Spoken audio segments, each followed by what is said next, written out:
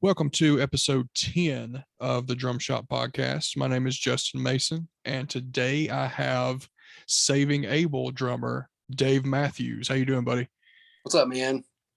How weird is it to hear that?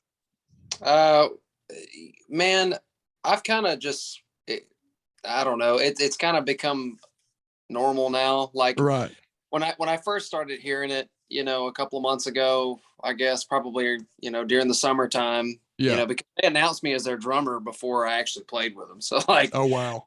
so I had to sit on that for a little while. And Yeah. at first it was hard to grasp because like, when you're in an established group like that and like you haven't even played a show with them and everybody's like, oh, Saving Abel's drummer's here, and you're just Yeah. like, oh, man, like, it's a little bit hard to digest. And then slowly as I went on, I've it just started getting a lot easier to kind of consume, and Right.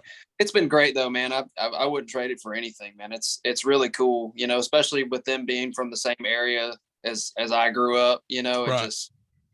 It's really nice, man. I really enjoy it. I love those guys to death. So Absolutely. Yeah. And I do want to get deeper into that, but what was the moment in your life where you decided not that you wanted to be a professional musician, but that you just wanted to play drums? I was probably I think I was 12 or 13. It was whatever year the Who played the halftime show, which that sounds like really strange. Like you would think that would be like 19 whatever, but no, Yeah. it was. I remember it was whenever the Who played the halftime show. I just remember seeing Zach Starkey, Mhm. and he had acrylic. I believe they were DW drums, and he had some just like two or three just massive Zildjian custom cymbals that Yeah. were the Who logos. And I remember seeing that, and I was like, man, I'd like to do that, and it just kind of evolved from there.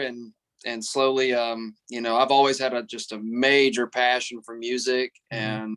And one day I found a drum set in my grandmother's shed that belonged to her neighbor, which Yeah. was her tenant. Like she rented a house from her, and they couldn't store the drums anywhere in their house. And so they put them in the shed. And I was just walking through the yard one day and I saw them and was like, whose drums are those? And she was like, oh, it's the neighbor kids. And I'm like, well, can I play them? She's like, no. So eventually I guess I weaseled my way in there and started banging on them. And then it just kind of went from there. And, my grandparents and I think my mom and a couple of people kind of pitched in and Yeah. eventually bought that drum kit for me. And I just fell in love with them. It was something about the way they made me feel and how I could connect with the music that I liked listening to. Mhm. So who were your musical influences? I mean, I know you said seeing the Who play the halftime show just kind of made you gravitate towards the drums, but who were your influences? So like I didn't really have like heroes until I moved to Nashville, believe it or Mhm. not. Like I always liked the drummers in the bands that I liked. And Right. I feel like heavily into metal. But back then, I guess, when I first started listening to, like rock music and all that, Dave Grohl was probably the first drummer that like, that I paid attention to. Of course. Yeah. The Nevermind album. And that was the first album that I ever learned how to play to. Yeah. So I guess Dave Grohl would have been like the first guy that I legitimately listened to for the first time and tried to figure his parts out. Mhm. And then it just kind of grew from there. But I got heavier and heavier into music, and heavier into heavier music, I guess. Yeah. So it ended up being, guys like Kevin Botot from the Acacia Strain, and Mhm. it just kept growing from there. Matt Greiner from August Burns Red, Yeah. and I got a lot into, more of the metalcore kind of music and, more death metal, but I never really like hit that peak of playing death metal. I just really, really loved it. Now I was in a few metal bands and it Mhm. was great. I was never really coordinated enough with my feet to be that consistent Yeah. or I didn't have the discipline to sit down and really work patterns out or any of that stuff. I could do it, I could play like, the basic, like kill switch engage. Like I could play a lot of that stuff, a lot, Right. a lot of the more syncopated stuff, but nothing with really fast runs. So I kind of started looking elsewhere. And I guess my first like major hero influence was probably Abe Cunningham from Deftones. And I cite him as pretty much my number one. Cause it's something about like, he plays so musical, like he Right. has huge pocket to him, and he adds so much musicality to the song. He just kind of builds it as he goes. Like it's always a specific feel for a specific part, and Deftones are one of those bands that they get in a room and they just jam until it starts to fit. So he writes those parts organically, um, versus like a more mathematical approach. Like the way I wrote this fill was I was listening to this and, and then they'll tell you some sticking pattern and just tell you to do that over and over again. And that was always strange for me. I never really understood that stuff. But when I moved to Nashville, I started meeting drummers that I looked up to, and they were more like session players. It was about how accurate can you be, and like how good can you make this fill in one pass. Yeah.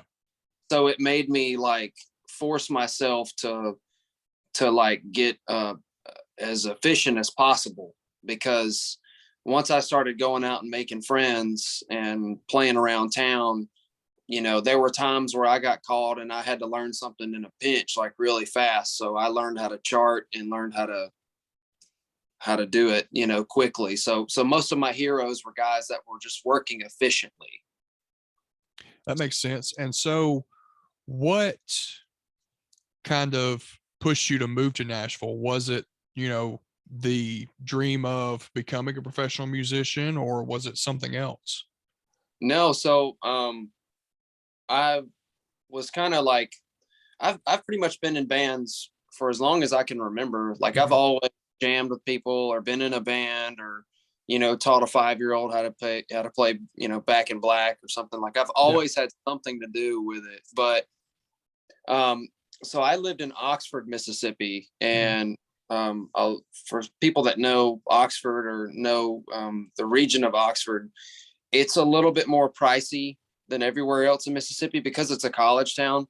And my wife and I, we made just enough money to kind of to float by, but we made too much for government assistance. And I had a baby, like I had a 1-year-old when I was started playing drums more and more in town. So I actually started playing drums so that I could afford diapers. So like on the weekends, I would go out and play gigs and go, okay, well, I've got it, I'll set him up by just going out and playing this weekend. And like, there's, a couple $100 right there. And like, we could buy the big pack of these and like, we can buy a bunch of like a thing of baby food, you know what I mean? Like, so I did that just to have that extra side because I love doing it. And, it worked for the family too, so I started doing that. And one day I just thought, let's move to Arizona.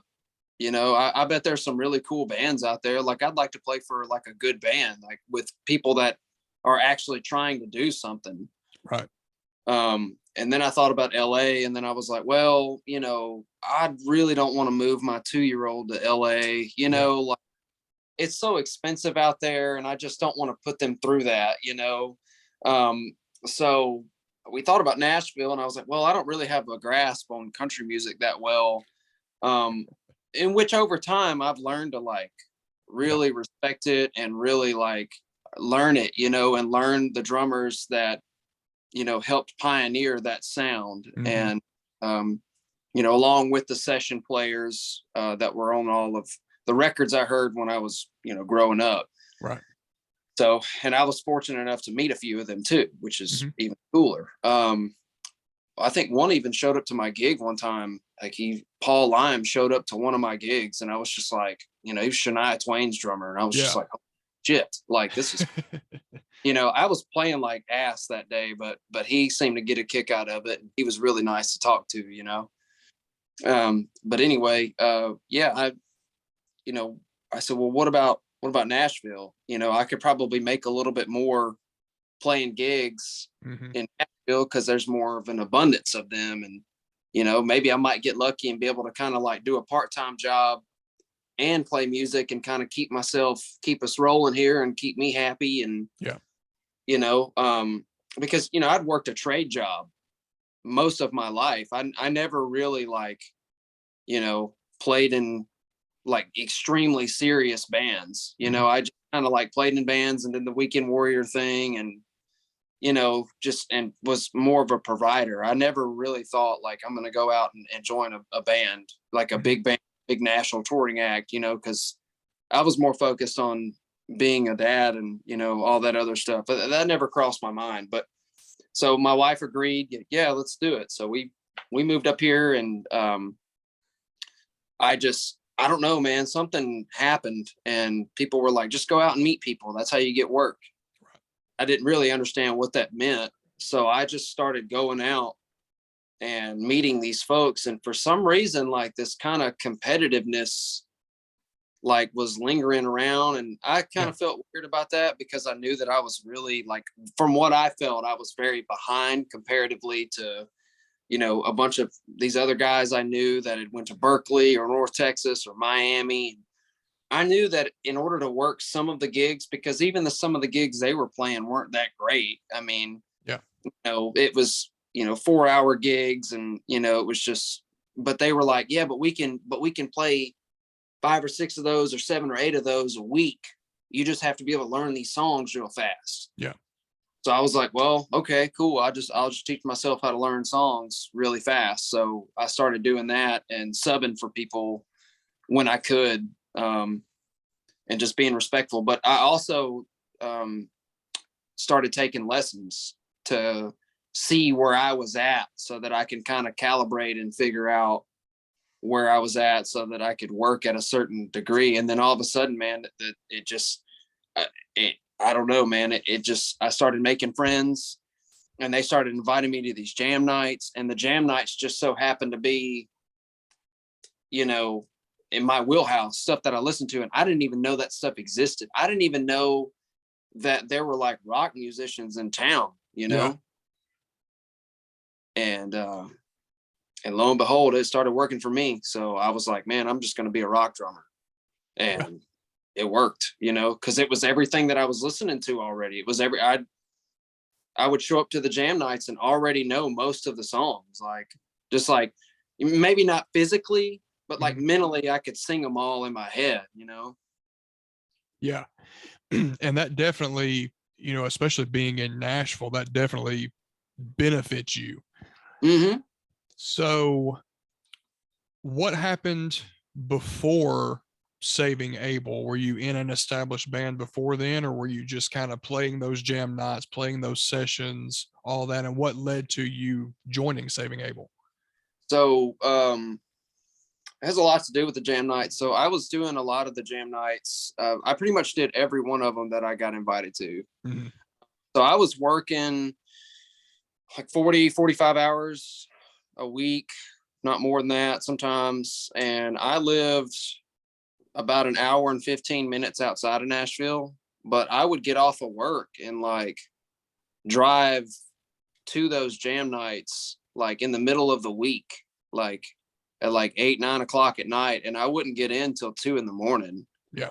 Cause I knew like in order to succeed and like, if you really want to do this, like you're going to work at it and you'll do whatever it takes just so you can you can wake up one morning and catch that breath of fresh air. Like, man, I don't have to go to work today. As a matter of fact, I just got to run down here to the studio real quick and tune these drums up before rehearsals start, and, that's what I was working towards, was doing that. So like, we paid all of our debts off and all that stuff. Like, I wanted to make sure my credit was right. My debts were paid off so that my family didn't have to suffer, because I knew that, I was going to have to struggle, because music don't make a lot of money.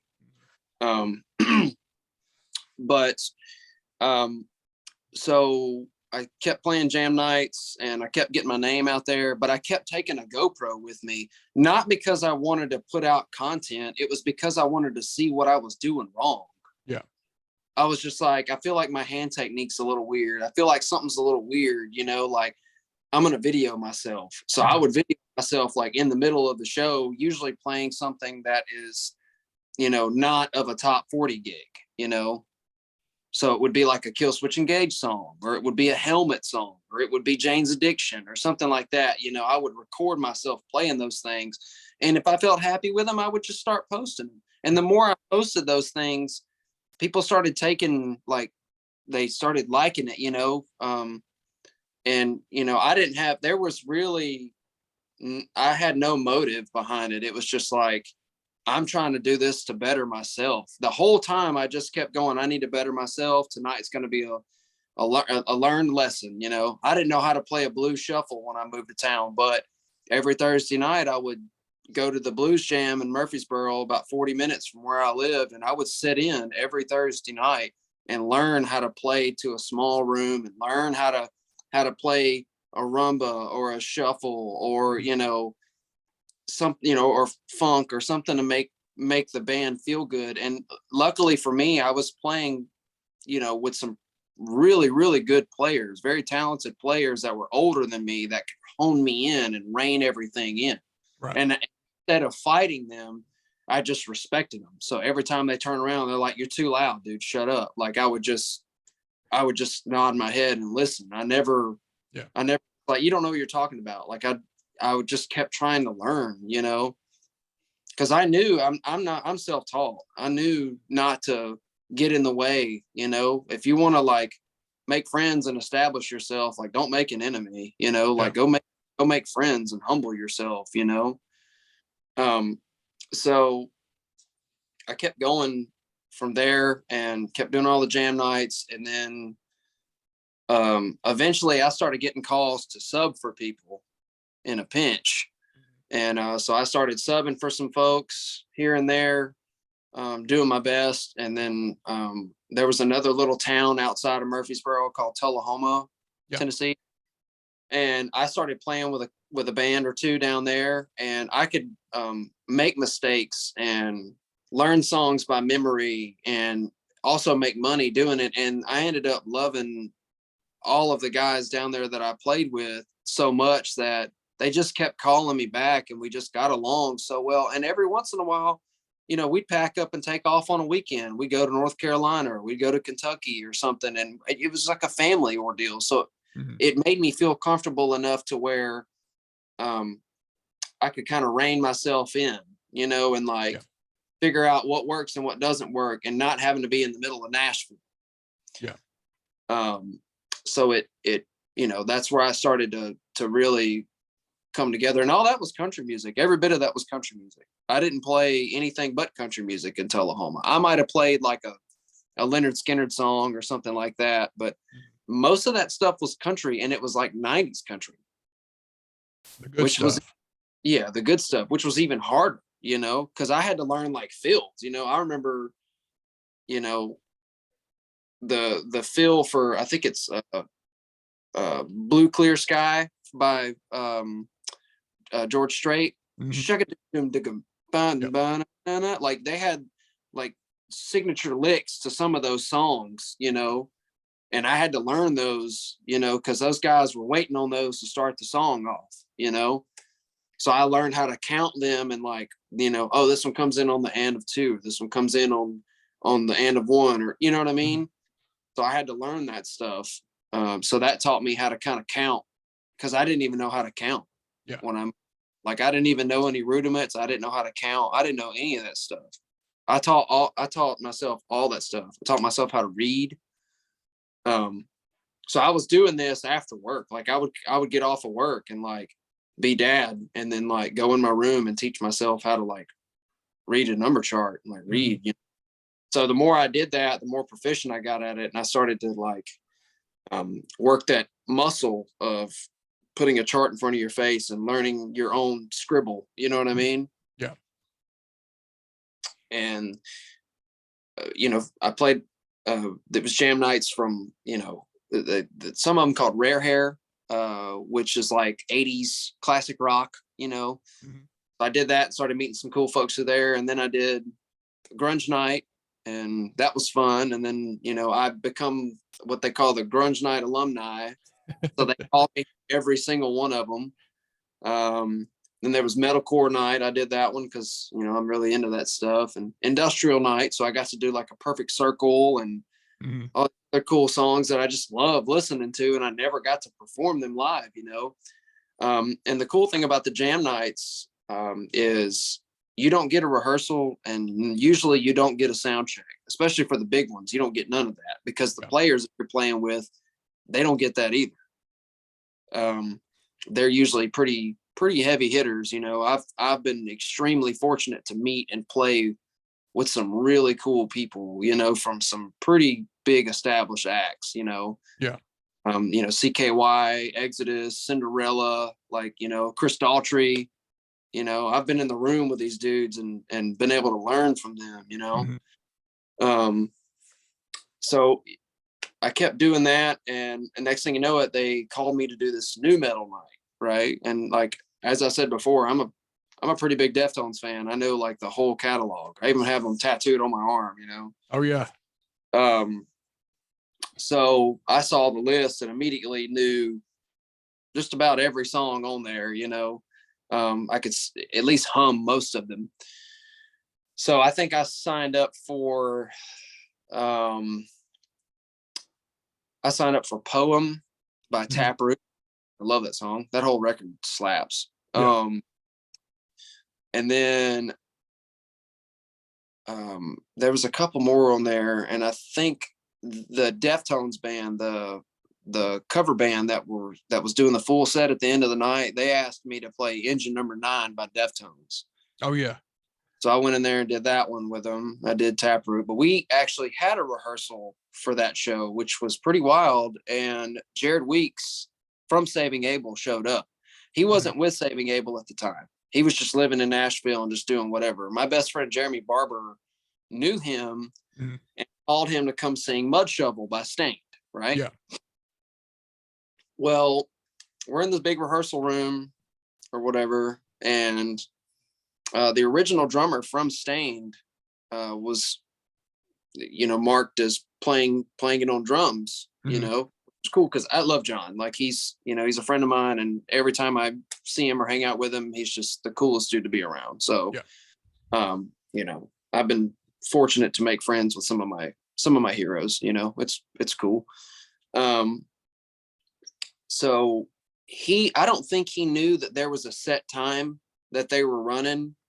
So he was, they were like, well, the guitarist Jack, he's got to leave soon. And like, where's John? Like, he's supposed to be playing Mud Shovel. And then next thing you know it, they go, does anybody here know Mud Shovel by Stained? And to me, and they're like, I bet Dave knows it. And I was like, yes, I do know it actually. So I got up on the drums and I played it, and, just nailed it down, and all of my friends were there playing. Like my friend Matt was playing bass, so I felt comfortable with him. My friend Jeremy was playing guitar, so I felt comfortable with him. Like everybody that was playing in the band with me that that made that song, they were my friends. I can call them right now on their phones, and I just felt comfortable with them. And Jared was just across the room from me, and it was just it was something about him that I felt was really comforting. I don't know Mhm. if it's because we had the same accent or what, but it was, I tried to make friends with him that night, hey man, it's good to meet you, Jared, right? Oh, I'm from Mississippi too. Okay, cool. And I guess he was probably tired or wore out, but Mhm. hey man, we should, hang out or something sometime. I can't remember exactly what I said, but he was walking out the door and he was just like, all right, dude, see you later. Bye. And Yeah. he just off like, see ya. He got in his car and he left. And, I didn't think anything of it. Well, we ended up going to the show. John ended up playing it on drums, and Jared and I just kept kind of passing by each other in the back room, at the venue, and he would crack jokes and I got him, it was like, sling blade jokes or Yeah. something at like cult movie jokes, and I just kind of got them, I would laugh about them, and we just kept hanging out. And fast forward a little bit later, I was at work one day, and my friend Jeremy texted me, and he goes, dude, so Jared needs a guitarist for his solo band, and I got the gig. And I'm like, that's cool. And then I said, does he need a drummer, or like, is he building a band, or like, what is he doing? And he's like, I don't know. Let me see. And sure enough, somehow he needed a drummer too. Yeah. So they asked me he asked me, hey, would you be down? And I'm like, yeah, man, sure. That guy's really nice. And he got me his phone number, and they called. Jared ended up calling me saying, yeah, man, I really like the way you play. I remember you, you're really cool. And I'm looking to get some dates going for my solo band. And they sent the songs to me. I learned them. We did this thing called Hello TV, which was just a live performance, and it was videoed. So we only had like one time to do everything. Yeah. So we did it, and it was great. And then all of a sudden COVID hit. So it put everybody out of work. So I went and found another job because I was tired of working my trade job. I went and found another job, putting up draperies or something. It was cool. That was a cool thing. It was a little different. I learned another skill, which was great. Yeah. So I'm lucky to have a couple of them, just in case. I can always have a job. That's one thing I tell people all the time.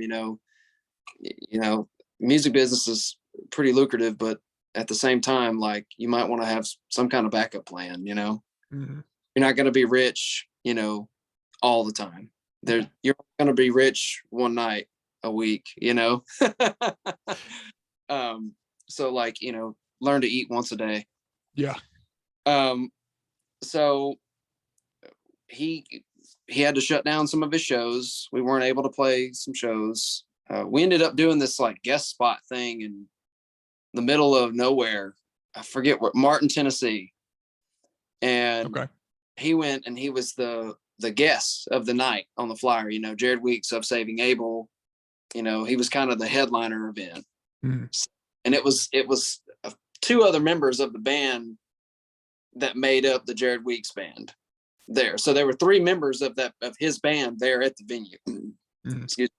But we were, I think, roughly 2.5 hours to 3 hours away from that place. So I went to his house to get a t-shirt, and he goes, you want to ride with me? And I'm like, tonight? And he's like, yeah. I'm like, all right, cool. So we took off to Martin, Tennessee, and we were in the car together, and we were just talking to each other and just getting to know one another a little more on a personal level, mm-hmm. Which was great. I've found out a lot about him, and a lot that I still respect about him. He's a real dude. Like, he's one of those guys that's like, if he doesn't like it, he's going to tell you. He'll call you out on your bullshit. I mean, he's like a real dude. Like, so that kept me on my toes around him, and it still does this day. I mean, I have a lot of respect for him. And I've learned so much from him. Dude, when I'm on that bus, I bet I learn something every 30 minutes from those guys, Yeah. They really have. They've changed a lot about the way I view things and the way I feel about things. And, I really can't compare it to anything else. But anyway, we ended up playing that show, or he went to play the show, and the guy came up to me as one of the singers. He came up and he goes, hey man, who are you here with? And I went, I'm here with Jared. And the house band had learned 18 Days and Addicted, mm-hmm. Which the house band was two of the members from our band, and then I think 2 or 3 other members of these other bands. Yeah. And the guy, one of the singers, came down to the front of the bar, and he goes, who are you with? And I go, I'm with Jared. And he goes, you play? And I went, yeah, I play drums. And he's like, who you play drums for? And I went, I play drums for Jared. And he goes, well, why aren't you up here playing these songs? And I go, I mean, I'm not trying to step on anybody's toes. If y'all want to play it, do it. That's fine. It ain't no, it don't bother me a bit, man. I'm just here to have time and hang out with my friends. And he walked me up there to that stage. He goes, "Hey man, get down. The drummer's here. He knows the songs, you know." And then they said, they looked at Jared and said, "You want to do a run through?" And he goes, "Oh no, we're good now. You know, like basically my whole band is here, you know, like I don't have to do a sound check now. My whole group's here. They know these songs, you know." And we played that night. It was so funny. It was a smaller kit than what I'm used to, which is fine. Mhm. And I don't know what was running through that sound man's head, but he decided to crank everybody up when we went on, and it was so loud. I mean, I'm like, I'm not even hitting that hard. It was so loud up there. We got on stage and Jared said, "Man, it made my teeth hurt. I could feel it in my guts." Like, oh, that was so loud, it hurt, you know? And so we did 18 days in Addicted. It was cool, you know, it was fun. And then we went home. I drove home. He drove there. I drove home. And eventually he just started inviting me over to his house to like hang out, you know, and our kids would play together and it was great. I mean, my kid loves his kids and his kids love my kid. And every time I that door, man, his little boy Scout comes running and he grabs my leg, you know, "Dave, you know, Uncle Dave's here. Uncle Dave's here." So it's like you know, he brought me into his family very quickly, and they, you know, became a part of my family too. You know, they made me feel very welcome there. Like his wife, Nikki, is the sweetest, you know, and I've learned a ton from her too, you know, and she always made dinner and we always had great conversation. And it was just a great experience all around. Just, it felt so, and it still does. Every time I go over there to catch the bus, you know, it feels so, it's warming and it's pleasant, you know. Mm-hmm. And they're, you know, I get to the point where they're, you know, they're like, "You don't even have to knock, just come in. Uncle Dave's here. Come in the door," you know, and I still hit the doorbell, you know. Right. Except this one time, and I won't ever forget this. I think I went to send a text message to him not too long ago of, "Hey, I'm coming to get the trailer keys." And I don't think he ever got the message. So I just pulled up to his house and the message never sent. And he's just like, "What are you doing here?" And I'm like, "I'm coming to get the keys." When I got back in my car later on, I noticed that I don't think I ever sent the message. So I showed up basically unannounced, and I'm like, man, that may have made him mad. I don't know, but I forgot to send that message. I was totally going to do that because I'm just not that kind of person, you know? Right. But eventually I kept going to his little solo shows. He works with this band called the Nashville Cartel, and they're the coolest little group, man. It's Jared Blake, Big Vinny, and from The Biggest Loser, and then Jared Weeks. And they put together these charity shows, and they'll open up for like a solo act or like a Lee Bryce or you know, Richie McDonald from Lone Star or Tracy Lawrence as an acoustic act. Yeah. So they do them at these little private parties and private events, and they just so happen to do them in Murfreesboro, which is where I live.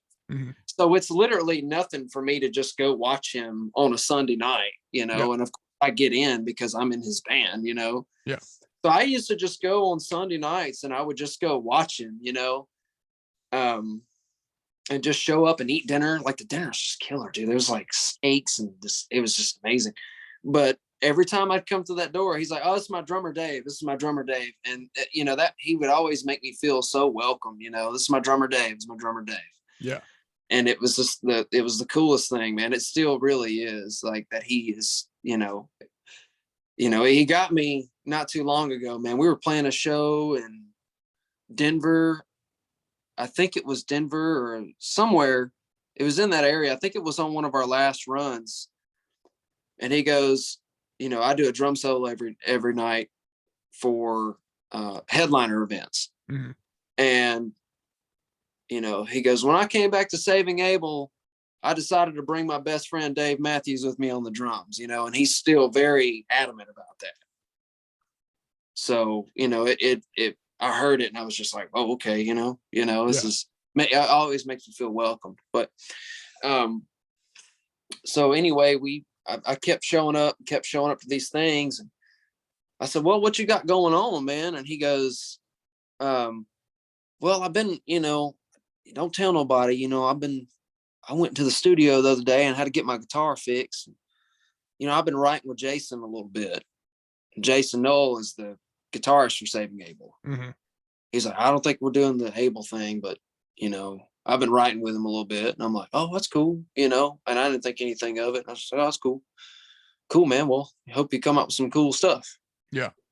Didn't really think of, past that. And like a couple weeks went by, and I think I was at work or something, and I was on the phone with him about something, and he was like, something had come up, or yeah, that's right. I was playing with this guy named Lance Lopez, which is like this blues rock insane guitarist. Like he's played like everybody, like the drummers on his records are like Brian Tishy, and like, oh, wow. I mean, he's like, yeah, he played with Kenny Aronoff and the Supersonic Blues Machine with Billy Gibbons and Robin Ford. I mean, like, I got that gig at a blues jam. He just gave me his phone and was like, put your number on here. And like, I somehow got that gig, and like, his music was just killer. So I was playing with him for a while. So my schedule started filling up with Lance Lopez gigs, and it was awesome. I mean, he's got a crazy good following. Like, his music is the shit. Yeah. And it was really fun to play, It was either like straight ahead, fast shuffle type blues, or just like raunchy rock, Huh. like like that power trio rock, like Mountain and Cream, and like, that old Rush. Like, it was just this really dirty, riffy, like almost like stoner rock. Yeah. It was like, I was really big into Queens of the Stone Age, so it was like perfect for me, but it was so awesome. But anyway, my schedule started filling up with him. So I called Jared back one day and said, hey man, my schedule's filling up. Are we doing anything with a solo band? Or, like, I thought we had something for October. I can't really remember. And then he goes, yeah, man, I don't think so. I don't think that's going to happen. I'll call you back and let you know if I hear about something. I'm like, all right, cool. So I kept doing my thing and was playing in the band in Tullahoma, and was playing with Lance Lopez and a couple other people, and I'd sub every once in a while. And I finally got my studio up at my house, so I had a couple sessions here and there that I was fortunate enough to play on. That's fun. Yeah. So he called me back like a couple days later, and he goes, yeah, man. So I don't think that date's happening in October because I'm rejoining Saving Abel. And I was like, that's awesome. I didn't really think anything further than that. I was just like, man, that's awesome. And, I really felt like genuinely excited and happy for him as a person. Right. Like, man, he feels comfortable to go back. They were never on bad terms. You know what I mean? So it was just, it felt really nice to hear him say, and feel comfortable that he's going to go back, or as we say, he went back home. Right. So I was just excited, man. That's cool. And then he goes, well, I've been talking to Nikki about you a little bit, and then it felt like it kept dragging out. He would call me like once a week after that. It just kept dragging out. He called me again, or I called him or something to confirm the dates or something. And he was like, I'm going to call you back. I was like, damn it. Like, okay, that's fine. So he called me back, and I'm in the van working at this job, and my phone lit up. And I was like, I'm not going to be able to talk on the phone and drive on the interstate and all this other stuff. It's raining. So I pulled over, and my coworker was like, what are you doing? And I was like, you may have to drive, man. I have to take this phone call. I've been playing phone tag with this guy, So I answer the phone, and he's got me on speakerphone, and I can hear Nikki in the background, like, giggling. Yeah. Like, I'm like, what's up, man? He goes, hey man, so I've been thinking, and I kind of teased it at you, but I was just, I wanted to ask you and be for real about it. Do you want to play drums for Saving Abel? And it was like, my ears just started ringing, and I'm like, yeah, dude. Yeah, man, I'd be down. Absolutely. Yeah. And it was like my mouth was on autopilot. I was just like, oh yeah. Like I couldn't even think. I was just like, yes. Like I got so used to saying yes to every gig. I just went, yeah, absolutely. Like I didn't even put any thought into it. It was just like, yes. And so he goes, okay, cool. Well, here's the plan. So I'm playing Sunday down here at this acoustic gig, and we're opening for Richie McDonald from Lone Star. Mm-hmm. He was like, I'm going to be there. Jason's going to be there, and our manager's going to be there. So I want to introduce you to these guys and kind of start getting you into camp and kind of seeing how it gels. He's like, don't tell anyone, but this is kind of how I want it to be. And I'm like, all right, cool. So I showed up to that place and I walked into the room, and it was him and the manager there. And he goes, this is Dave. This is my drummer. He's playing drums for Saving Abel now. And like, there was no hesitation. He was just like, yeah, he's the guy now. Yeah. You know? And I'm like, okay, you know, this is real. Okay. And then he was just, the manager was like, all right, cool. You know, all right. If that's your thing, you know, okay. Yeah. And Jason came in, I met him, we were all talking, you know, we had a great conversation that night. All of us were just talking and yapping and vibing and all that. So we went out to the hallway. And then Jared just hits him with it, man, like cold, right there in the middle of everybody. He puts his hand up on the wall and he goes, all right, I think the best move forward here is Dave playing the drums. And yeah, he's a new drummer for Saving Abel now. And he just said it again. I was just like, golly, man. He said that 2 or 3 times that night, just to you know, like his friend walked up and he was like, yeah, you know, Dave's drummer for Saving Abel now. And I'm just like, you know, and that comes back to how does it feel? Well, when that kept happening and it wasn't it hadn't ran its course through everybody yet, it was just like, dang, man, like this is, whoa, you know, like this is some shit, you know? So then I got put in the hot seat. Jason was like, who's your top 5 favorite drummers? Go. And I told him, I was like, and I just rattled them off. And he's like, I love all those drummers. That's great. You know? And we kept talking, and then they go, how close are you to the record? And I was like, I mean, I'm pretty close. And they go, cool. Well, we're cutting an Essentials album here in the next couple of weeks, and you're playing drums on it. And I go, okay. So everything that had charted and everything that they were known, you know, a lot of the songs that they were like really known for, like the big ones, Addicted, 18, Drowning, all that stuff. Yeah. They got the rights back to their records, so they were able to put them on an Essentials album. So they called me in there, and I was just so gung-ho and so overly prepared that I did all 9 songs in 4.5 hours. Oh, wow. Yeah. Like it was over 2 days. I mean, we played, you know, 2 hours this day and 2 hours this day, 2-3 hours this day, but it was like 4.5 hours all the way. And I did like all of them. Just went in there, just did my best. And then, you know, I was super excited about that. I was like, man, yeah, I did this, you know. What I didn't realize later on, by the way, I'm getting to this part to where the real life-changing happens. Yeah. You know, so I did all those songs, got them down. I was excited. I met the band members. We took promos. I really their attitudes were just really cool. You know, everybody was so welcoming, you know, everybody was welcome. Then we get to rehearsals. I knew like 20 Saving Abel songs, like I think 22 to be exact. So like I was in my head, I knew way more than I should have.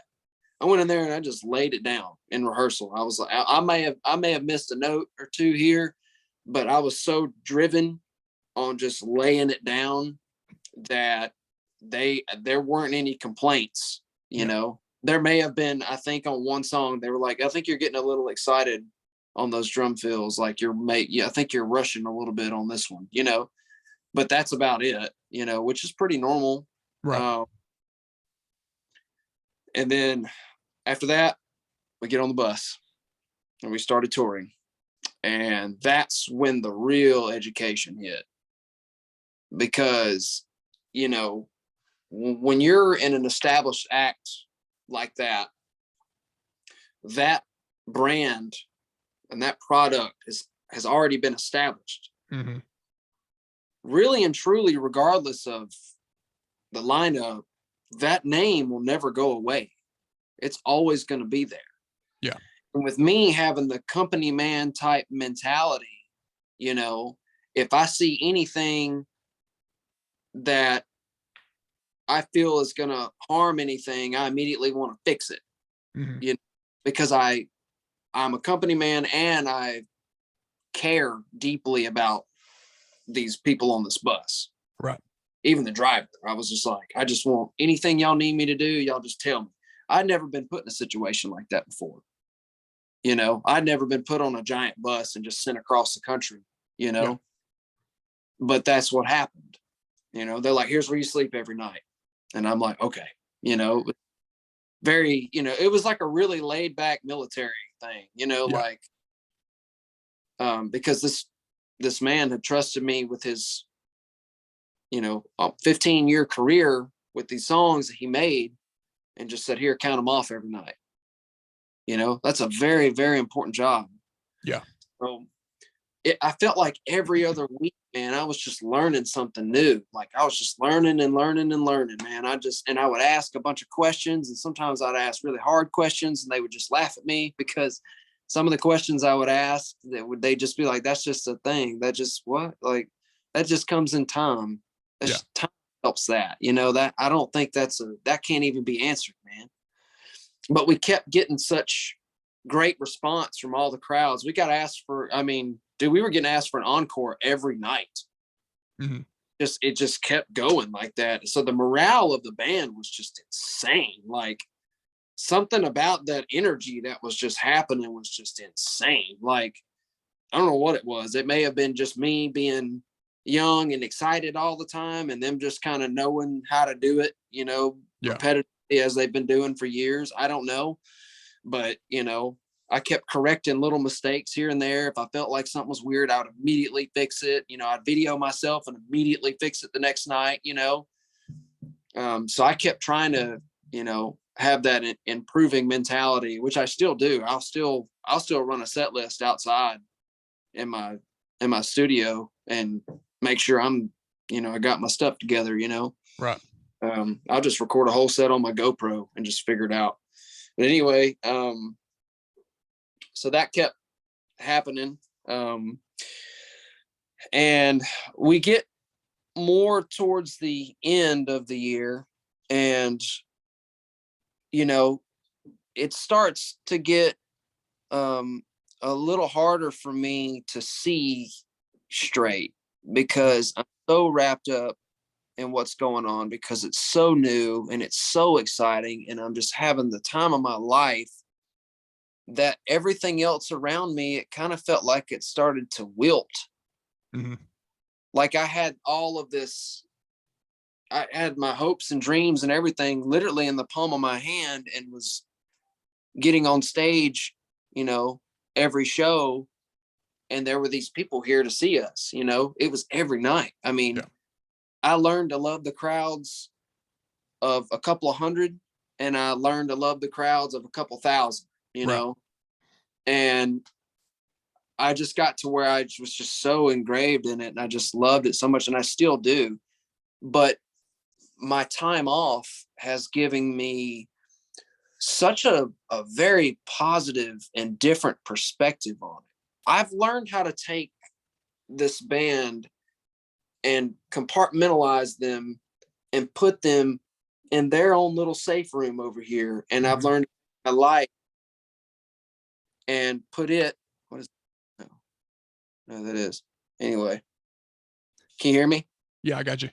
I don't know what that was, but anyway, um, so I've learned to compartmentalize these important aspects of my life. Mhm. Uh, I started going to therapy, just because therapy's healthy. It's not that I had a problem, you know, because I don't Right. drink, I don't do drugs, I'm sober. That was one of the reasons why I got the job, was because I'm not a, you know, I don't have any addictive issues. Yeah. Which I'm super grateful for. So anyway, um, I started doing that and checking on myself. And then also, another positive thing was, I learned more about myself and things about myself that I never thought that I would think about, if that makes any sense at all. And I'll kind of elaborate on that. But I learned how to love myself differently, because man, when you've got all that stuff coming at you at one time, and all this attention at one time, and you being kind of like a broke dude from Mississippi that doesn't ever get attention, or always have to prove yourself to somebody because you never won an award, you dropped out of high school.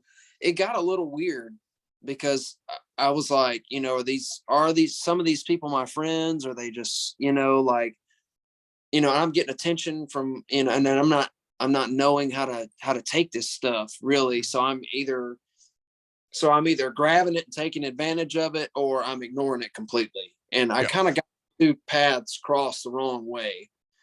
So I decided to take a day job when I got home, to kind of put some routine back in my life. And man, that has been a wonderful experience. I work with animals every day now, and it's very humbling, because everybody that I work with, they don't really know who my band is. I mean, maybe two or three kind of, but they don't really know me like that. They're just kind of like, Dave's just feeding the puppies, and the puppies don't give a shit. The puppies are just there to eat, So it was a really humbling experience. And I'm extremely grateful that I jumped into that like I did, because I needed to put some routine back in my life, and I needed to get my head on straight, because I was so far into the clouds, and the first time we the band and I were away from each other, they love breaks. They love just going home and turning it off. Well, I didn't know how to turn it off. I was just like, we'll be right back at it, and we'll be right back after these messages. Like, we're coming back. I'll be touring like in a month or so. It'll be, we're doing it. I'm not even going, I ain't gonna have to be home for a while. I'll be back on the road. Yeah. Dude, being home is extremely valuable and extremely important, because, my relationship with my family began to suffer. Yeah.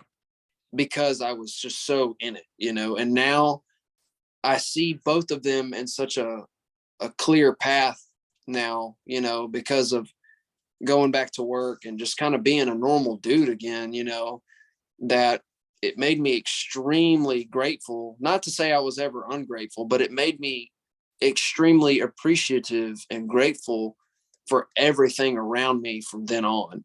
So I decided to, there was one thing, I got carried away and smoked a cigarette here and there, because I was a real bad smoker prior to moving to Nashville. Yeah. And picking it up because I was bored, basically. Like, it was like, the adrenaline rushes, and I'd be like smoking a cig out the back of the venue. And, my drum tech took really good care of me, so I didn't have to touch anything ever. So I'm just kind of like doing my thing, just kind of killing time. And that was the way I killed time. And when I got home, when I started to get my head on straight, I wanted to get my body back in shape too. So I quit smoking cigarettes. I started eating healthy. I started going to the gym, started going to therapy. I started coloring. I use those like adult coloring books, like the really badass ones. And like, I do that. And that's like meditation, man. I started doing that, when I've got extra time. I got back on my practice routine, keeping my hands together, my feet together, making sure that, all my, I've got all my P's and Q's together. And I'm looking over footage from over the past few months of what I can improve on, what needs to stay, what needs to go to better my live performance, just a clear perspective on everything in general. And, it's really rewarding, and sometimes even overwhelming, because, you can separate these things. It's really hard to do so. But, as far as advice goes to anyone that's just now getting into that, being prepared is extremely valuable, and you never know who you're going to meet. But when that opportunity does come to you, you're gonna hit a couple of bumps in the road. You're gonna have some learning curves, you know, and you know, you're gonna have to find that kind of balance eventually so that it doesn't hurt you or hurt your performance later on. And I'm extremely grateful that I found that really early on. You know, like I went to school and then I came home and went back to school, you know. So that was kind of the way I started looking at everything. And man, I've been so clear headed these, you know, since before Christmas that I mean, this is literally the clearest I've ever thought, like in a very long time, because I'm so grateful for everything. Yeah. You know, I'm grateful for the opportunity I was given to play for Saving Abel, and you know, I never get tired of walking up the ramp every night. It doesn't matter if there's 100 people or 15,000, I don't care, you know, because I love what I do. You know, Absolutely. love the people I'm with, you know. Every night we make it a point every night. There is no negativity on our bus. When we get done playing, we all come, we're hot and sweaty, and we get on the bus, you know, oh yeah, man, it was fun. Yeah. And our bass player, Scott, always makes it a habit. Good job tonight, guys. And he gives us a hug. Great job tonight, guys, you know. And then he goes and finds food. You know, most of us will just scatter and go eat food or whatever. But or sometimes we spend time together. Maybe not necessarily right after the show, just to kind of give everybody's brain a second to relax. But you know, we had an off day in Kansas City not too long ago, and we all went and seen Ghostbusters together. We all went to the movie theater and like sat down and watched a movie. And now that things have been working the way they are, you know, I catch them coming to the front lounge a lot more now. Like a lot of the band members, like we never really hang out, but like when we're on the road, you know, it's nice to have everybody in the same room and not right, you know, 10 minutes before we get on stage. Yeah. You know, so our relationship has, I felt like, you know, has gotten stronger, but it's turned into this like well maintained, you know, because we all respect each other. There's no, you know, nobody stirs the pot on the bus. There's none of that. There's no day drinking because we're all sober. So there's no day drinking. There's none of that crap. There's none of that, you know, nobody's going to put up with that anymore. No girls allowed on the bus, none of that. It's just, you know, so we need to keep our morales high and make sure that everybody is supportive of each other. And that was the rule when Jared came back, was we're going to keep this morale as high as we can. And, you know, like I said before, me being more of the company man that I am, that kind of guy, I felt like, you know, if there was any kind of morale issue at all, if I was contributing to that and making anybody feel uncomfortable, I immediately wanted to fix that. Yeah. Because there is such a thing as having a personality a little too big for the bus. And that's important, you know, because some days we go to the front of the bus and it could just be me and Scott sitting across from each other, and we won't even, you know, we'll just say, you know, good morning, but that's it. And that's okay. Just that, you know, we don't have to talk. We can just be there, you know, and respect each other's space, because we only got so much room, dude. You can only either be in the front lounge, the back lounge, or in your bed, you know, which I love being in my bunk. That's my like, that's my Zen zone, man. If there's the people that are in the bunks there most are probably Jason and I. Like we're like, he's like, we call him Nosferatu because he's like always in his bunk. He comes out for sound check, he'll get up and eat, and then he goes right back in that bunk. Jared normally stays in the back lounge, you know. But yeah, like we all got our little things that we do, you know, and I'm all about that bunk life. I get in there, close that curtain, cut my red lights on, and I'll put music in my ears. I listen to music probably at least 5 hours a day. Yeah. Like I think I clocked it. It was like 64,000 hours on Spotify this year or something like that. So it was, yeah. So I'm just a ultra music nerd. So some days it's Casey Musgraves, and some days it's Cannibal Corpse, man. You know, it's just like whatever I'm feeling. Yeah. But it's been great, man. I really, really cannot ask for just a bunch of better humans to be around. They're just so, all of them are so positive. They're great players. Their music's insane. The more I hear these other bands, I used to be like this, like, metal elitist. Yeah. And, I only listen to metal. If it ain't metal, it ain't shit, that kind of thing. And if there's something that I've learned playing the genre of music I am, the genre of music that I play and metalheads don't really mix. Like, they just don't. Like, if you're into cattle decapitation, you're probably not listening to Saving Abel, to be honest.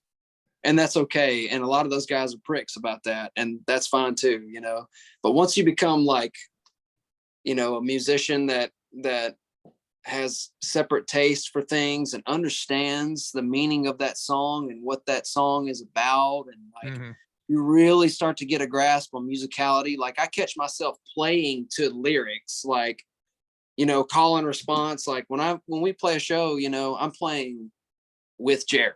Yeah. Like those hits, like in 18 days, like those pushes and pulls, I hit on certain syllables that make that push that song to a certain another dimension, that it's supposed to be. Right. I make sure that feel and those pushes and pulls and accents right there in that song. I try to make that song like, I play that thing like a robot, like most of them I do, because I know that people are there to hear those songs. But anyway, if there's one thing I have learned, it's some of these bands that we played with on the road, I never got into them. So I would just ask my bass player, like, why are we playing with them? Or like, not in a rude way. It was just like, why are we playing this festival? Like, why are we on this lineup? Or, well, that don't make any sense. Why are we doing this? Or why are we doing this? It never came from why are we doing this? This is terrible. It was why, I don't understand how this is going to work, And he's like, just chill. You're going to see. And eventually I just started loving that stuff, I remember the first time I ever played with Saliva, and I watched Saliva live. I didn't listen to Saliva when I was a teenager. Not really, I knew like maybe 2 songs kind of. But now, man, you put that first record on, that second record on, I'm ready. Like, I'm about it. And I've made friends with the guys in Saliva, and they're even cooler. Like, their music's cool, but they're just as cool as their music, and it's just like, God, I got a festival coming up with them in March. And, I never get sick of seeing those dudes. Like, every time I see Saliva, like when Your Disease comes in, there's a part that goes, huh! And every time I'm at the side of the stage waiting on the part, and then me and everybody go, huh! I'm like, yes, that's it. I'm about it. But Scott's kind of given me, and the other guys too have given me this wonderful perspective on a lot of these bands that I never grew up really listening to, Yeah. Same with Saving Abel. When I started playing with Saving Abel, I found this part of their music that just kind of connected. It's so weird, man. I got really lucky, dude. Like, not only did I like playing the music, but like their music, like, it was comfortable for me to play, and I got it. I just got it, I just understood it. That's rare, sometimes you just get it. Like, my best friend plays bass for this band called Exodus. He joined that band. He was already in a band kind of like that called Circle of Engines, and it was kind of a thrashier band. But when he joined, he got it. Like, he understood what to do on the bass to make that music sound like that. Yeah. Knew what was expected of him. So when I joined Saving Abel, it's like I just knew. I was just like, this is how this is supposed to feel. This is what this is, these big wide open grooves, you know what I mean? Like, all this space in here, I understood it because I was already listening to that kind of stuff and getting my head wrapped around what I wanted to do in Nashville.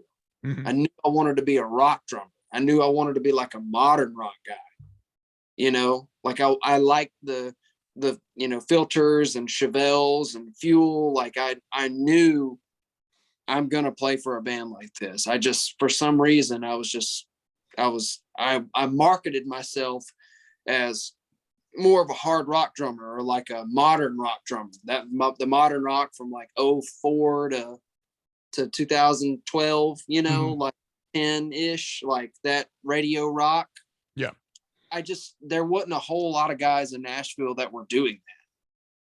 So I just like dug a trench and was like, I'm doing this, and I'm not going to follow any of the rules. I'm just going to do exactly what I want to do and develop my sound and put my blinders on. And as soon as I did that, the timing on it was perfect because I joined Saving Abel. As soon as I did it, I joined Saving Abel. Yeah. So, So what, because this is a drum shop podcast, I enjoy talking gear. So what gear are you using for Saving Abel?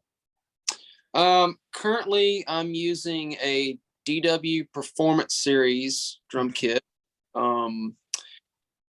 It is the 13x9, 24x14, and 16x16 floor tom. So, 3-piece shell pack. And then I've got a DW Collector Series aluminum snare drum. It is a 14x6.5, I believe, and I think it's the thin one. It's the 3 mil. It's the thinner drum. Yeah. I think it's the one that Dave Grohl usually uses. I think I could be wrong. I think he may use the 10 mil or whatever, but I think this one's one of them. I've got that. That's a very throaty drum, so I got it tuned to like a mid range. Okay. My tech, like, he found the sweet spot on that drum, and I was like, don't touch nothing. I want it to be right there. Don't touch nothing. I want it right there. Like, that man just knew how to like get that drum dialed in. I use all Evans heads. I've been using Evans for I think an Evans head was like the first drum head I ever put on a drum. It was a coated G2 on a floor tom.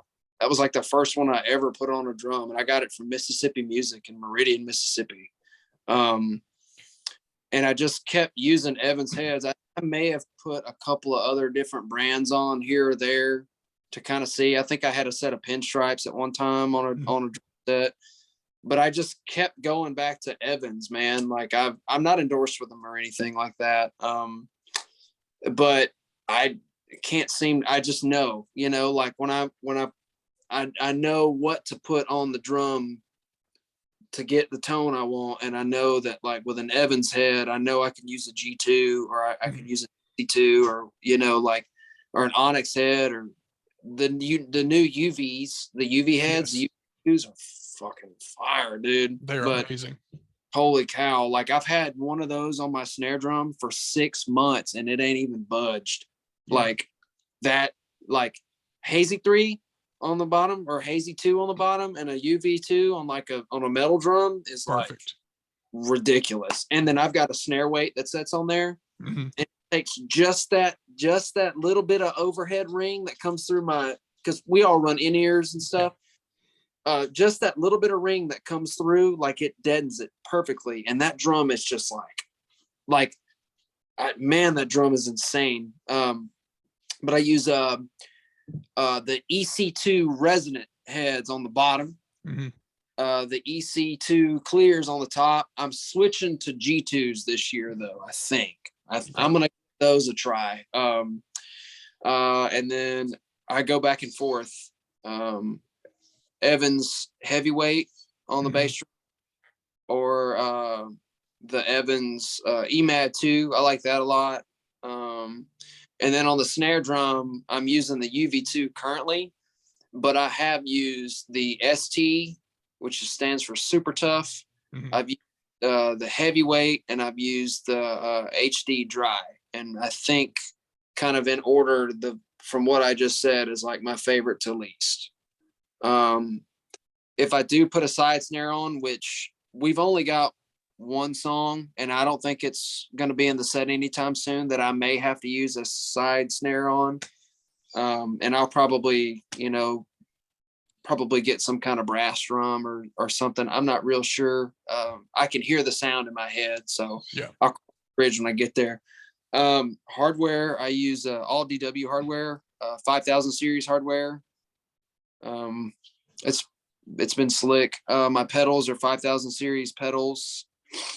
Just the workhorse pedals, man. Like you can't really beat those. Like they're just the fives or the nines. Like if you don't have the wallet for the nines, like the fives are fine.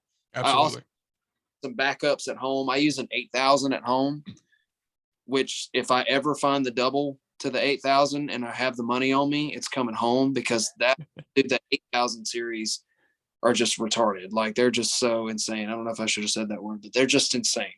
And then for cymbals, I use all Meinl cymbals. I've got, they're all Byzant series, the 14-inch medium hats. I use an 18-inch pure alloy trash on the far left. To the right of that, it is a 19-inch medium thin Byzant, I believe it's medium thin. Yeah, medium thin. And then my ride cymbal is a 22-inch Brilliant medium ride. That was the closest thing to the record, and the bell like cuts like crazy. So we've got 2 or 3 songs like where I have to hit it and single it out. Yeah. Like build in the song Hell of a Ride, like it works perfect for that. And then there's like an accented part in Bringing Down the Giant, where it's by itself. It's like a standalone hit. Like nobody's playing. It's like ting, it's like a fight bell, and it works. It's so freaking loud. I am in limbo about my right hand side crash cymbal right now. I've had the 20-inch pure alloy crash, the thin pure alloy. Something about that one, like I don't know if it was the mix or what, but it just like it sounded killer, because Meinl cymbals just sound so insane, but like it felt weird. So I cracked it in the middle of the year sometime.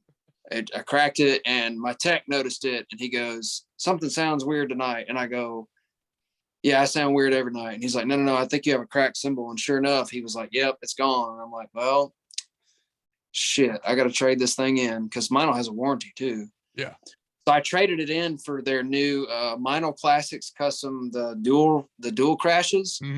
And like that sounds killer, but like I'm probably about to get rid of it and just go ahead and get the 21-inch thin traditional Byzants and just be done, because I know that's going to work. And then on my right side, it varies, like far right. I don't use a China. I'm just done. I'm just over China. Done with it. Now, what's going to suck is on our new record that I've just played on, I've got China all in that thing. Yeah. Because the producer was like, just hit it, like right on it, just hit it. So I'm going to have to cave and get one. Right. I don't really do. If I do use one, I found the Meinl Equilibrium China is pretty sick. Yep.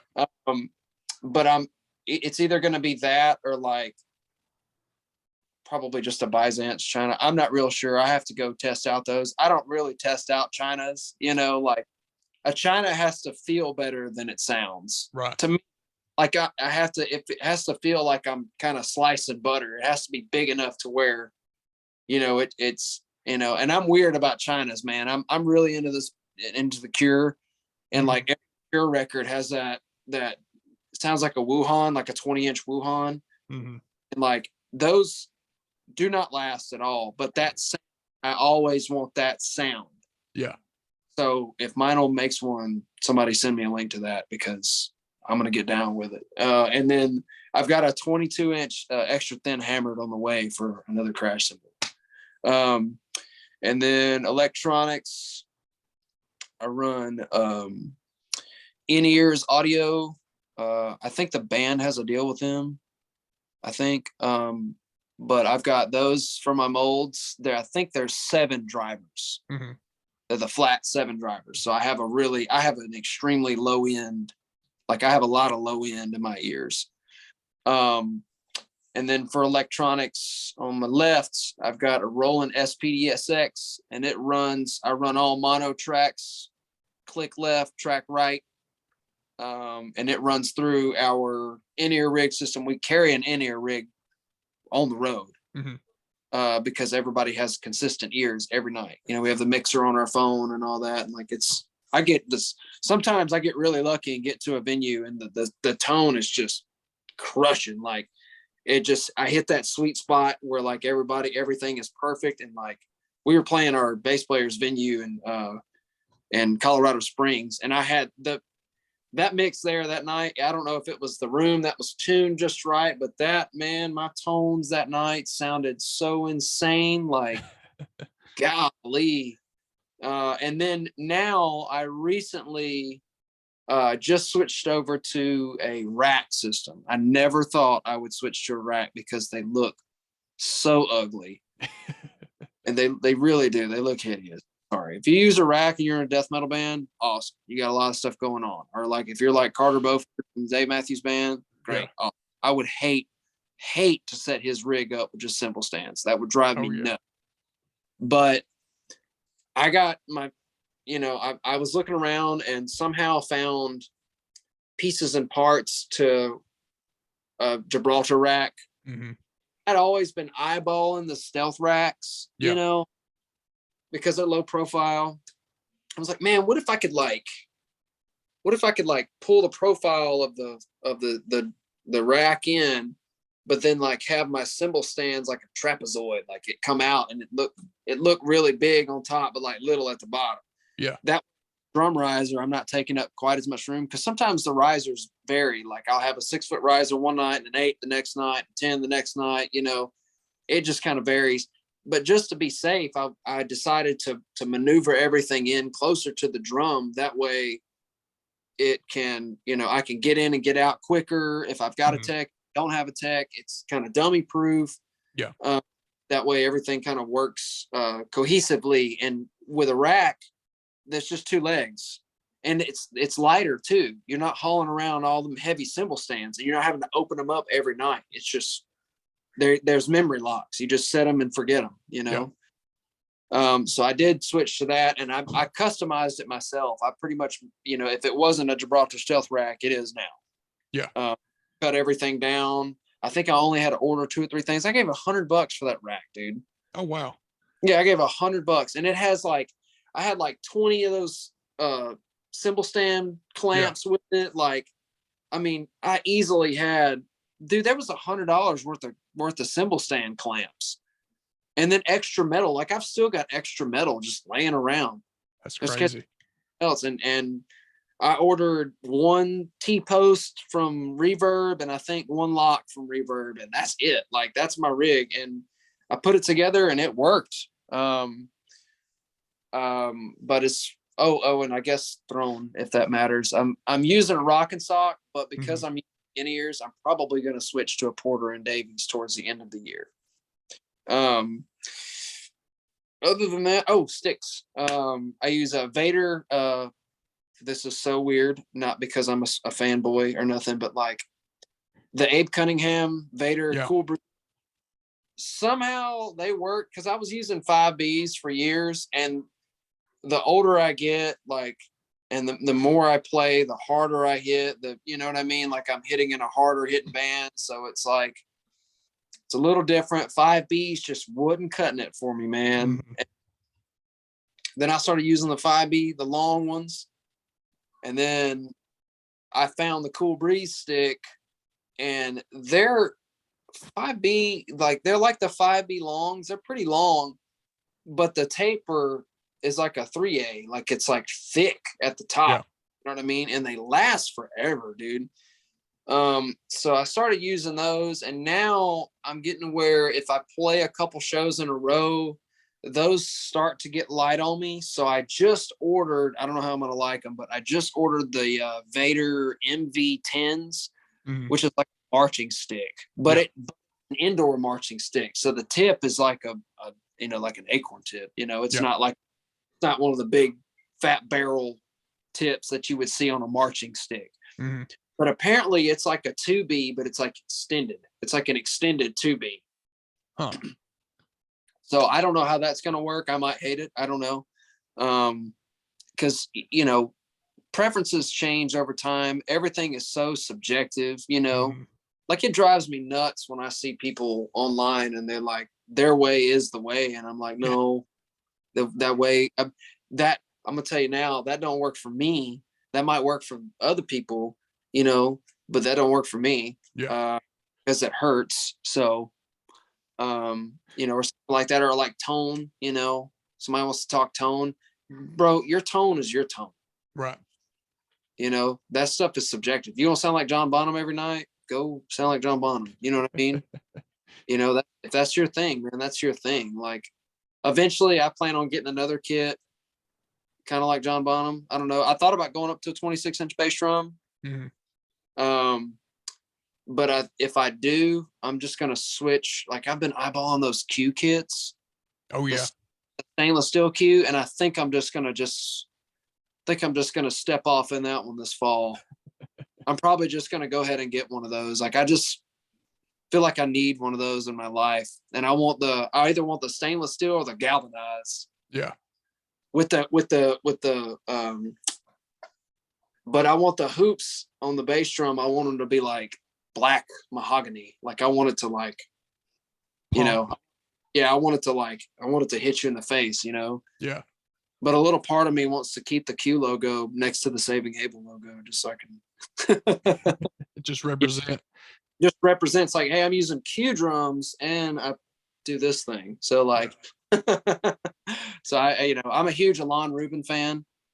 Okay. And Yeah. after watching him with 9 Inch Nails, like, I was just like, this is amazing. Like, Sold. yeah, they sound insane. And then I played my friend Isaac's kit. And then I went to Nelson Drum Shop in town. I don't know if you saw that post the other day I put on my story, but like, I don't know shit about vintage drums other than they smell funny and they sound like a drum. If you were to come to me with like a 1960s whatever, I'd be like, cool, man. I'd hit it and I'd be like, well, it sounds kind of gushy, or like, it's kind of turned up. This sounds like a bop drum. All right, right on. Like, I'm going to play some Radham Qs. It's going to sound like a bop drum. Yep. I'm just not, and hitting a 20-inch bass drum with a coated single ply on it weirds me out so bad. Like, it almost makes me cringe. Just a 20-inch bass drum in general makes me cringe. I've hit now I will say, my friend Justin, he's got this little, I think it's a 20-inch bass drum on this DW kit. And that thing makes all my drums sound like shit. I don't know. I think the shells are why am I blanking on it? It starts with a K. I know what they are, but anyway. Keller. Yeah, they're Keller shells. They're all Keller shells. And man, the configuration is like 10, 12, 14. I think he may have added a 16-inch and then a 20-inch bass drum. It's like a 20 by 16 or 20 by 18. I think it's a 20 by 16. It's little bitty. Man, I hit that every time I hit that bass drum, it just kills all of the tone I thought about having. He's like, you gonna mess around and get you one of these one day? And I'm like, yeah, but my ego's like 24 and up on this stage. Like, right. Ego will not let me go below playing what I play. I will not go below a 24-inch bass drum. Like, something about it. Like, now I've played 22s my whole life. And then when I started playing 24s, something about it, like, I like the way, like, it's got a lot of low end, but it responses, like the response is fast and it gets in and out. Like, my band loves that thing. Like, our guitarist, that was the first thing he said when he turned on. He's like, man, that kick drum, like, that thing sounds insane, dude. And I'm like, it's just a EMAD. Like, I don't really know how to tune drums that well. So it's just like, it's an EMAD and a little bitty pillow, and I just got it pretty much wide open, and I tune it right above a wrinkle on both sides. And it's just enough low end to shake the ground. And like, I don't have a problem with it. That's one of the best sounding kick drums I've ever owned. Yeah. And it sounds killer, I wish I learned how to like tune drums a lot better, so that I can dial in different things. But yet again, I have to thank, my tech for that. He dialed that thing in one night and I got on stage and it was a bigger place. And I was like, oh, I used to give him looks all the time. I'd be playing and I'm like, I'd look over at him and go, you dirty dog. Like, you did this, like, I don't use a whole lot of dampening. If I do use dampening, the drum dots, the clear ones. I made friends with those guys at the Nashville Drum Show, and I like, I look, dude, I'm not out to chase down a bunch of endorsements, man. If it sounds good, sounds good. If it don't. Like Right. that's just my ear. It's subjective, whatever, I'm just not going to do it, So I made friends with a couple of different companies, and I stay in touch with a few of them, when I can. I just don't say I'm endorsing your product. It's just like, man, your product sounds killer, and it helps me. So I made friends with the guys at Drum Dots, and I bought, I bought a thing from them, bought a set. I was like, man, I really need some of these. No offense to Moon Gel, but they get nasty all the time, and they look like crap on the drums. But the Drum Dots, you hit them and they like suction to the drum, and they don't get that dirty. Like they're really cool. I like Drum Dots, but I told the guy, he's like, oh, who you playing with? And I told him, and he was like, I know who that is. And he was like, cool, man, we'll take a shirt and take this and hit me up. And I go, cool. So I got back home, and he was like, hey man, I remember your band, dude. I like that stuff. And like, he's like, reach out to me if you ever need anything. Well, my dumb ass like lost the box of Drum Dots, and I was literally just about to leave for tour again. Oh, and man. One on the drum, and it was gone somehow. I don't know if we changed heads and left it in another city. I don't know. But I hit him up on Instagram. I was like, dude, I don't know what happened, but I need some of those. Like, can I just order them from you or something? He's like, I'm just going to send you some in a case.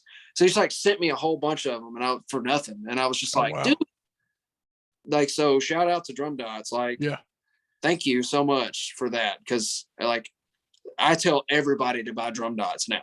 Yeah. I'm like, any drummer I see on the road or whatever, I'm just like, they're like, man, how do you get that tone? And I'm like, dude, it's like this and a drum dot. A drum, yeah. And I'll like give them one. Like, I'll like, hey, Finch, give me a drum dot, and I'll give it to him. Like, no, you need to listen to this. You know what I mean? So I like rep the shirt. I wear my Drum Dot shirt. I play in my Drum Dot shirt all the time. I just like rep them, because they're just such a killer. Like that dude, he got the formula down, man. I've still got the same Drum Dots on my kit that I've had for 6 months. Oh, wow. The same ones. He would change the head and stick it back on there, like off and stick it back on there. And it was like perfect. It never moved. It didn't even, he'd wipe it off. It would get like a little dusty or get some stick grime on it. Yeah. It just stick it back on there. I've been using the same 5 Drum Dots. I don't even think I have 5 on there. 1, 2, 3, 4. I have 4 Drum Dots on my kit. I've been using the same 4 Drum Dots for like 6 months. Huh. Yeah, they're super cool, man. Like I would recommend just investing and getting the little box of them. Yeah. They're brutal, man. Well, I was supposed to be at the Nashville Drum Show with Creative Percussion, so I hate that I missed you, but I'm hoping to be at this year's. I'm planning to be at this year's Nashville Drum Show. I will only probably be there. I don't know. I don't have a whole lot of tour dates right now that I know of, but I know they'll come in. They'll and we'll do a thing.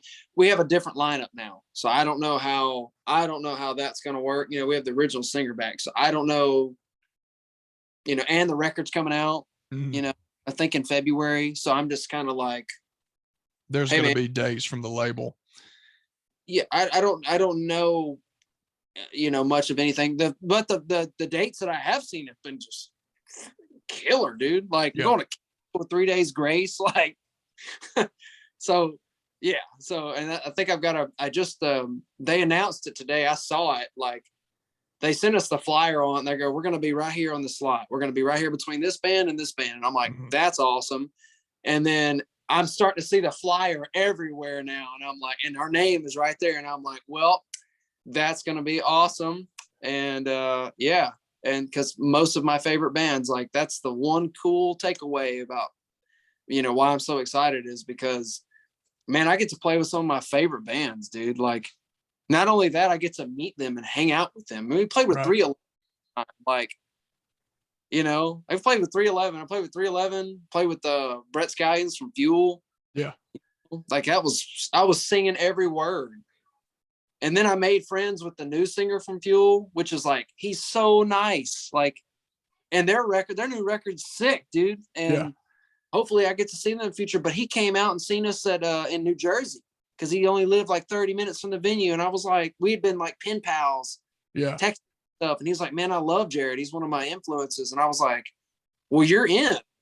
So I got him in the show, and like, it's really, really awesome, man. And, I just love meeting all these people all the time. It's just so exciting, and so like I said, man, the shows that I have seen are just like killer, just a few, but I have, I'm probably not supposed to talk about them, but like the ones that I have seen are just fire. Like, but it doesn't matter to me, man. I'll play with Saving Abel in the middle of the Walmart parking lot in the middle of Nebraska at midnight. Yeah. I don't like it doesn't bother me. I'm just happy to get up there and like hang out with my friends and like just play, Definitely. Yeah. I- So I do kind of want to be respectful of your time and everything. So plug socials, anything like that you want to plug. I know you've already talked about the new album coming out in February, sometime in February. So what else do you have to plug, your socials or anything like that? Yeah, man, you can find me on Instagram at Groove Thumper. It's just, I think it's all lowercase, just, Groove Thumper, just one word. Dave Matthews, not that guy. I'm me. He does his thing. I think that's, yeah. And then I have a TikTok, which is also Groove Thumper. You can follow me there. It's, I try to keep some content flowing through there. I don't have a whole lot of followers because I'm just not one of those kind of guys. I'm thinking about posting some drum covers. I don't know. I'm just in limbo about a lot of that stuff because all of the videos you're going to see me playing is just me doing it live. Yeah. Which is cool. I'd much rather be playing the song you like in front of people, than playing it in my room, which it's fine. I have nothing against those guys. That's really cool if that's what they do. But I'm so meticulous about things that like, if it's not note for note, live, I've got some room to breathe a little bit, because I kind of own the song at that point after I've played it so many times and I'm just serving it as needed. But when you're playing to a track, you just about have to be absolutely right on the money. And I'm so like meticulous about it that it has to be that way, Yeah. So I don't know if I'm going to do a whole lot of covers. I might. I thought about doing some Saving Abel playthroughs. I don't know which ones to do because I like all of them. Yeah.